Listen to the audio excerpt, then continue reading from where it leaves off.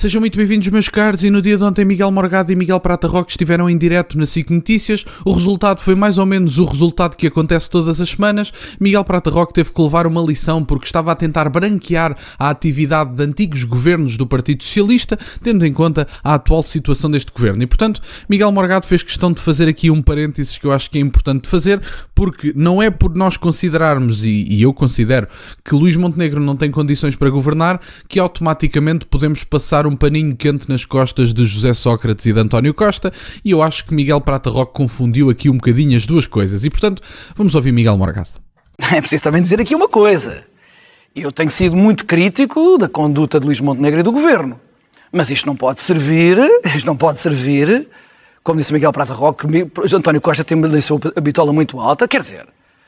Então este episódio vai servir, agora que falo eu, este episódio vai servir para passar uma esponja sobre os podres infinitos dos governos de José Sócrates, para começar, como eu já vi muitos socialistas tentarem fazer, e agora os governos de António Costa. Eu vou dizer qual era a bitola alta de António Costa.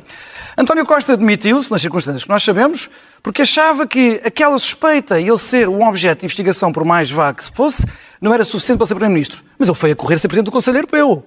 Ele foi a correr ser Presidente do Conselho Europeu e nunca disse aos pares onde andou a fazer lobby,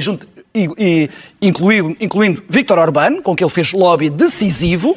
Preciso não esquecer, Viktor Orbán votou a favor de António Costa e contra von der Leyen na Comissão Europeia. Para mal dos meus pecados, é verdade. Viktor Orbán votou a favor de António Costa, que é uma atitude que é sabida a amizade entre António Costa e Viktor Orbán. Eu aprecio o Viktor Orbán, mas aqui, efetivamente, tem que ser dito, quer dizer, as coisas são o que são, e eu votar a favor de António Costa, quer dizer, é um erro fatal para mim. Destruir Portugal não lhe deveria dar uma espécie de currículo para ser Presidente do Conselho Europeu. Ele destruiu um dos países mais pequenos da União Europeia. Portanto, o que é que ele fará enquanto Presidente do Conselho Europeu?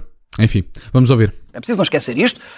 Ele nunca andou a dizer que tinham encontrado 75 mil euros dentro no seu gabinete. Nem precisava, todas as agências internacionais revelaram. Não, é muito curioso que os interlocutores de António Costa... Deixa-me acabar.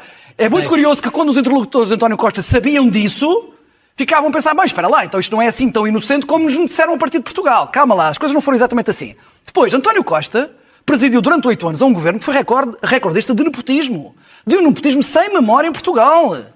E isso estendeu-se aos cargos da administração pública e ao próprio Conselho de Ministros. Uma prática inadmissível num país civilizado. E António Costa sancionou isso a desafio. António Costa tolerou ministros, secretários de Estado. A Ministra da Cultura, já que o problema é uma empresa familiar, a Ministra da Cultura tem uma empresa familiar onde ela manteve sempre uma cota, desde que era vereadora da Câmara Municipal de Lisboa, onde recebeu dezenas de cursos, 17 ou 18, ajustes diretos do dinheiro do Estado. Vamos lá ver uma coisa. Qual é a bitola alta de António Costa? É que são este tipo de coisas que vão levar à falência do nosso sistema político. Miguel Prata Roque, para aqueles que possam não estar contextualizados, eu não trouxe o comentário todo de Miguel Prata Roque anterior, porque foi um comentário algo extenso e eu não arranjei aí forma, mas basicamente Miguel Prata Roque dizia que Luís Montenegro tinha a bitola muito alta, ou que António Costa tinha a bitola muito alta, porque, ou seja, Luís Montenegro exigiu a demissão de António Costa quando ele nem sequer estava a ser arguido, tinha apenas sido mencionado num parágrafo feito pelo Ministério Público, na altura, se não me falha a memória. Portanto, António Costa nem sequer era arguido e Luís Montenegro achou por bem que António Costa se demitisse. E agora, o Luís Montenegro da oposição não está em concordância com o Luís Montenegro do governo. E isso é puramente factual. Agora, Miguel Prata Roque fazer todo um exercício de ginástica mental para dizer que António Costa era quase que um líder íntegro, uma pessoa muito decente, uma pessoa que só pratica coisas morais, uma pessoa inacreditável, porque Luís Montenegro teve aqui uma tragédia do ponto de vista governativo que poderia ter sido resolvida se tivesse uma resolução, que eu acho que não tinha uma resolução legal, porque Luís Montenegro não teria forma de apresentar esta questão das avanças e outras questões associadas ao seu património como algo, nem digo lícito, porque eu não estou certo de que se trate de uma ilegalidade ou de uma inconstitucionalidade, mas do ponto de vista político não era seguramente aceitável. Agora, Miguel Prata Roque, e à semelhança de outras pessoas, virem ao público dizer, estão a ver, Luís Montenegro afinal... Não, espera aí, Luís Montenegro afinal, vamos fazer aqui um parênteses, não é? António Costa teve 14 demissões no seu executivo.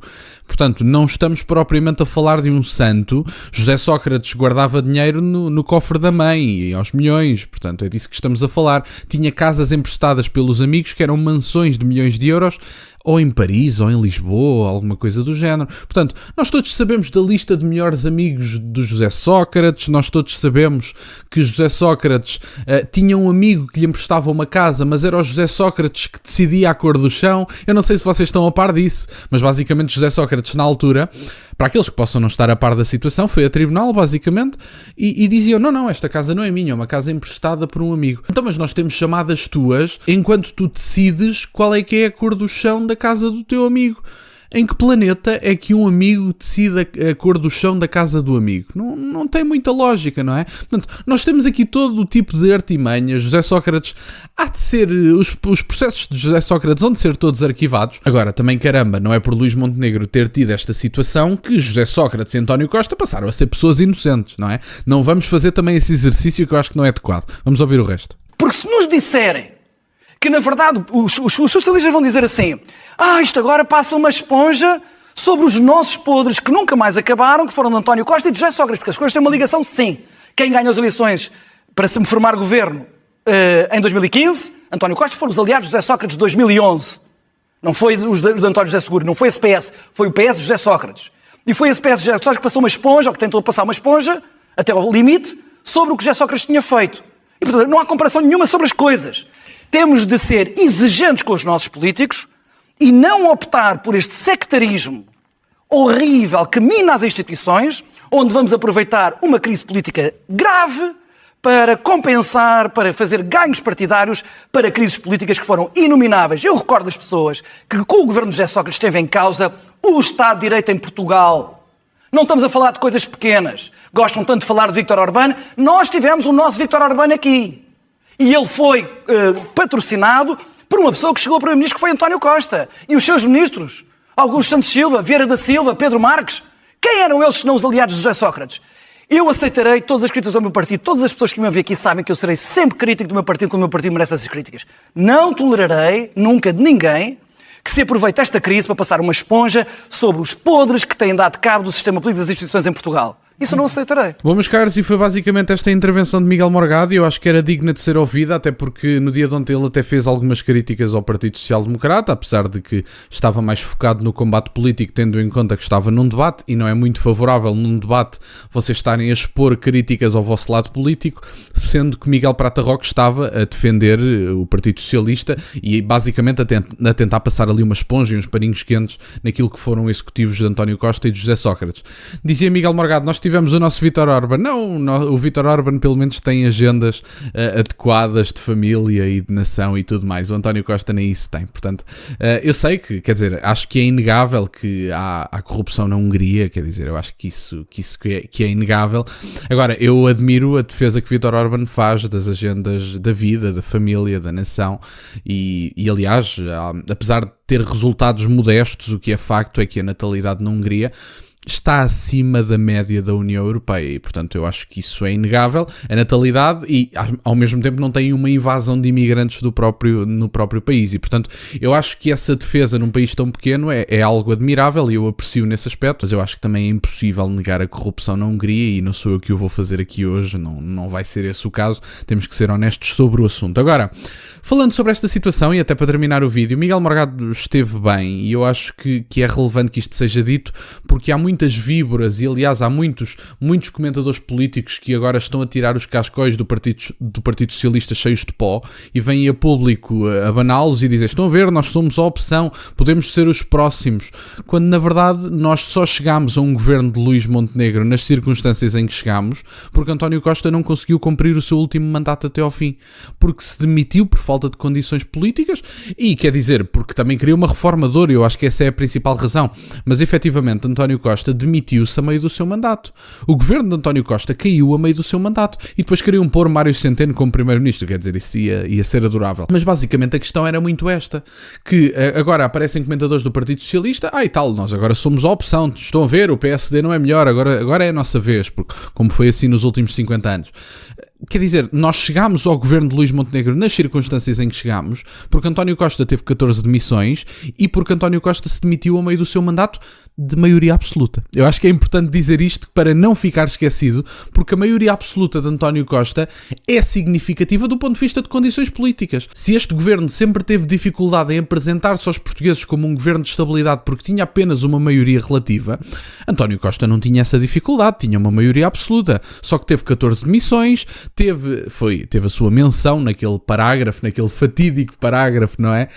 Do Ministério Público, se não me falha a memória, e portanto, quer dizer, António Costa não se demitiu nada por causa do parágrafo, nem por causa das condições políticas. Se ele teve 14 demissões e não se demitiu, António Costa não é um homem de Estado, e todos nós sabemos isso. Ele demitiu-se porque foi para a sua reforma no Conselho Europeu, na reforma dourada, que lhe paga €500 mil por ano, e portanto que ninguém tenha dúvidas disso. Agora, é importante ter isto em conta. A crise política atual é provocada por Luís Montenegro, sim. Luís Montenegro é um homem que não quer ser transparente, sim. Adota as estratégias de comunicação de Cavaco Silva em 2025 e isso está francamente desatualizado e correu francamente mal. Também é verdade. Agora, não vamos dizer que José Sócrates é um homem decente e que António Costa é uma boa pessoa, porque Luís Montenegro foi um homem que não quis ser transparente e foge ao escrutínio. Não se faça este exercício porque isso não é adequado. Não é porque Luís Montenegro foi trágico na gestão de uma crise provocada pelo próprio que automaticamente José Sócrates é uma pessoa maravilhosa, espetacular, e que António Costa é uma pessoa sem pecados, nem precisa de se confessar porque é um homem sem pecados. E portanto, basicamente é um bocadinho isto. Gostei desta intervenção de Miguel Morgado. Este programa até tinha direito a mais cortes, diga-se de passagem. Há mais cortes deste programa que mereciam ser vistos, mas eu decidi escolher este porque está a falar de uma situação atual e eu acho que era adequado falar dessa situação. No dia de hoje também vou falar de Aguiar Branco, que fez declarações sobre Pedro Nuno Santos e sobre André Ventura, e portanto eu vou mostrar-vos essas declarações que são completamente deploráveis e basicamente era isto que eu tinha para partilhar. Quero-vos agradecer imenso por estarem desse lado, meus caros. Peço-vos só o gosto neste vídeo e que subscrevam o canal. Tem as minhas redes sociais e o MBA na descrição para o caso de quererem fazer alguma doação. E nunca se esqueçam, meus caros, questionem tudo. Até à próxima.